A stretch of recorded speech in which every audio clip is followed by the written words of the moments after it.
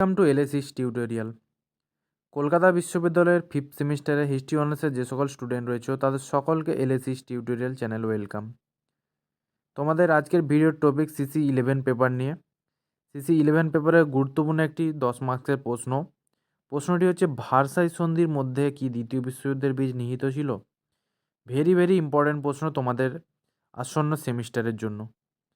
অনেকেই তোমরা কমেন্ট করে বলেছিলে যে অ্যান্সারটি শেয়ার করতে, তাই তোমাদের অনুরোধে আজকে অ্যান্সারটি নিয়ে চলে এসেছি। শুধু অনার্স নয়, যারা পাশে রয়েছেও, ফিফথ সেমিস্টারে হিস্ট্রি পাশে রয়েছে তাদের জন্য প্রশ্নটি ইম্পর্টেন্ট। ঠিক আছে, তোমাদের পাশের পেপারেও এই প্রশ্নটি ইম্পর্টেন্ট রয়েছে, তাই তোমরা যারা পাশের স্টুডেন্ট রয়েছে তোমরাও অবশ্যই খাতায় নোট ডাউন করে নিতে পারো। তাই ভিডিওর মাধ্যমে আমি অ্যান্সারটি শেয়ার করে দিচ্ছি, তোমরা অবশ্যই দেখে দেখে নোট ডাউন করে নাও। আর বেশি দেরি করছি না, সরাসরি মূল ভিডিওয়ে আসছি। প্রশ্নটি আরেকবার পড়ছি, শোনো। প্রশ্নটি হচ্ছে, ভার্সাই সন্ধির মধ্যে কি দ্বিতীয় বিশ্বযুদ্ধের বীজ নিহিত ছিল? এবার উত্তরটি পড়ছি, শোনো। পৃথিবীতে মানব জাতির বিকাশের শুরু থেকেই মানুষে মানুষের লড়াই চলে আসছে।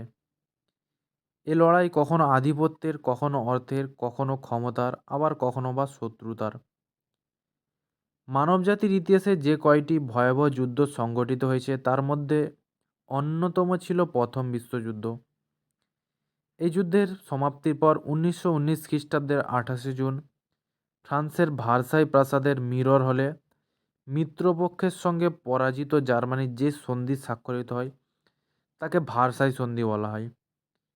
এই সন্ধিতে জার্মানিকে প্রথম বিশ্বযুদ্ধের অপরাধী বলে গণ্য করা হয় এবং জার্মানির ওপর বিশাল অঙ্কের ক্ষতিপূরণের বোঝা চাপিয়ে দেওয়া হয়। অনেক সময় তোমাদের শর্ট প্রশ্ন আসে যে ভার্সাই সন্ধি কবে স্বাক্ষরিত হয়। ঠিক আছে, অবশ্যই তোমরা মনে রাখবে 1919 সালে। ঠিক আছে, তোমরা অবশ্যই লং প্রশ্নগুলো আগে ভালো করে খুঁটিয়ে পড়ে নাও, বহু শর্ট প্রশ্নের অ্যান্সার তোমরা পেয়ে যাবে। এবার সরাসরি দ্বিতীয় প্যারায় যাচ্ছি, দেখো। দ্বিতীয় প্যারাটি পড়ছি, শোনো। ভার্সাই সন্ধি মূলত দুটি নীতির ওপর ভিত্তি করে রচিত হয়।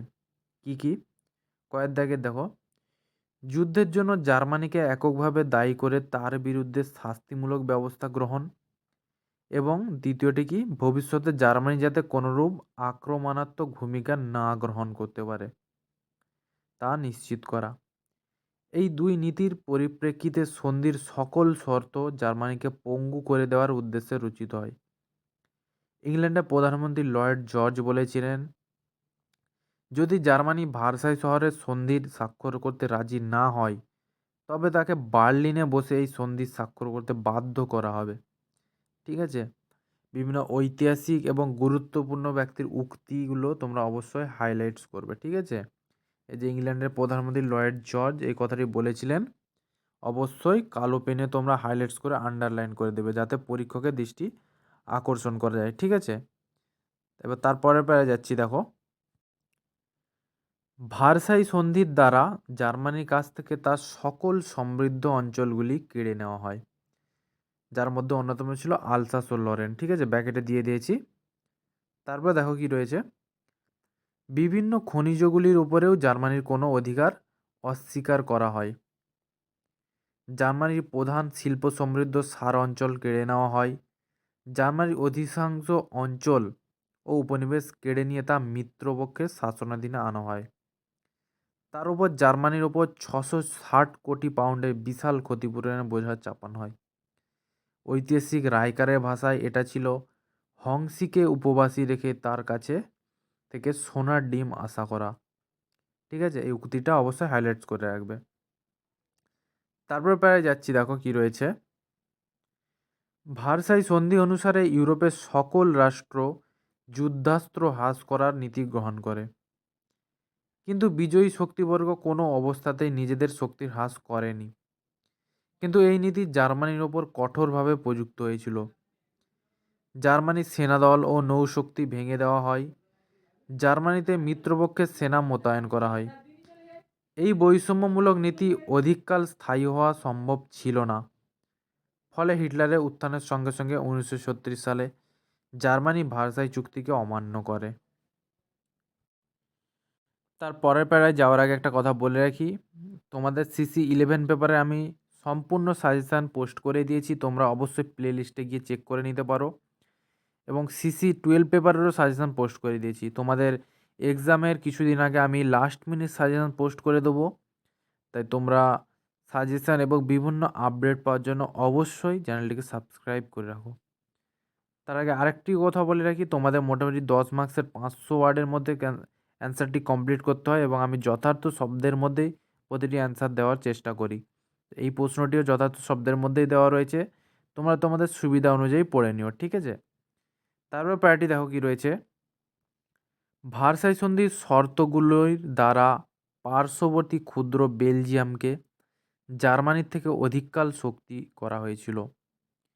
জার্মানির বিভিন্ন সমৃদ্ধ অঞ্চল পোল্যান্ডের সাথে যুক্ত করা হয়েছিল। উপরন্তু জার্মানির ভিতর দিয়ে পোলিশ করিডর নির্মাণ করে সন্ধির প্রণেতাগণ জার্মান জাতির মর্যাদায় আঘাত হেনেছিলেন। নিজেদের জাতিগত শ্রেষ্ঠত্বের তত্ত্বে বিশ্বাসী জার্মানরা তাই দ্রুত নিজেদের উত্থান ঘটাতে চেষ্টা করেছিল। এরই ফল ছিল দ্বিতীয় বিশ্বযুদ্ধ। এই কারণে ঐতিহাসিক E.H. কার বলেছেন, ভার্সাই সন্ধির মধ্যে দ্বিতীয় বিশ্বযুদ্ধের বীজ নিহিত ছিল।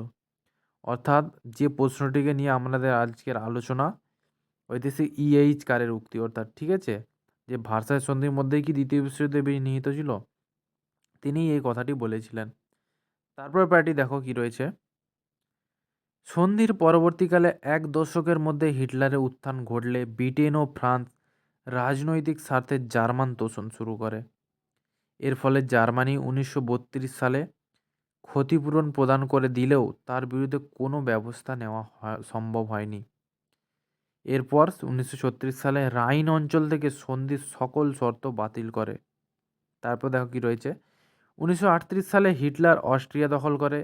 এইভাবে ব্রিটেন ও ফ্রান্সের তোষণ নীতি জার্মানিকে অপ্রতিরোধ্য ভূমিকা গ্রহণ করতে উৎসাহিত করে, ঠিক আছে? তারপরে বেড়াতে যাচ্ছি, দেখো পরিশেষে বলা যায় যে সন্ধির শর্তগুলির দ্বারা সাময়িকভাবে জার্মানিকে দুর্বল করে রাখলেও স্থায়ীভাবে তাকে পদানত করে রাখা সম্ভব ছিল না। কেননা একদিকে ছিল জার্মান জাতির জাতিগত শ্রেষ্ঠত্বে বিশ্বাস ও অন্যদিকে ছিল হিটলারের উত্থান। এই দুইয়ের প্রভাবে পরবর্তী 1 দশকের মধ্যেই জার্মানি কর্তৃক প্রতিশোধের সুপ্ত সম্ভাবনা মাথাচড়া দিয়ে ওঠে। এরই চরম বহিঃপ্রকাশ হলো হিটলার কর্তৃক পোল্যান্ড আক্রমণ ও দ্বিতীয় বিশ্বযুদ্ধের সূচনা। সুতরাং ভার্সাই সন্ধি দ্বিতীয় বিশ্বযুদ্ধকে অনেকখানি প্রভাবিত করেছিল। তবে সমকালীন আন্তর্জাতিক পরিস্থিতি ও অস্ত্র প্রতিযোগিতাও দ্বিতীয় বিশ্বযুদ্ধকে ত্বরান্বিত করেছিল, এই বিষয়ে কোনো সন্দেহ নেই। তাহলে তোমাদের 10 মার্কসের অ্যান্সার মোটামুটি আজকে আলোচনা করে দিলাম। তোমাদের যারা যারা অ্যান্সারটি তুলতে চাও অবশ্যই খাতায় নোট ডাউন করে নাও। তোমাদের এক্সাম খুব কাছে রয়েছে, অনেক কলেজ তোমাদের ইন্টারনাল এক্সাম হয়ে গেছে, অতি দ্রুত ফাইনাল এক্সামের রুটিনও তোমরা পেয়ে যাবে। তাই এক্সামের আগে ভাগে তোমরা অবশ্যই রেডি হয়ে নাও। দেখা হচ্ছে পরের ভিডিওতে। অবশ্যই লাইক, কমেন্ট, সাবস্ক্রাইব করে রাখো চ্যানেলটি।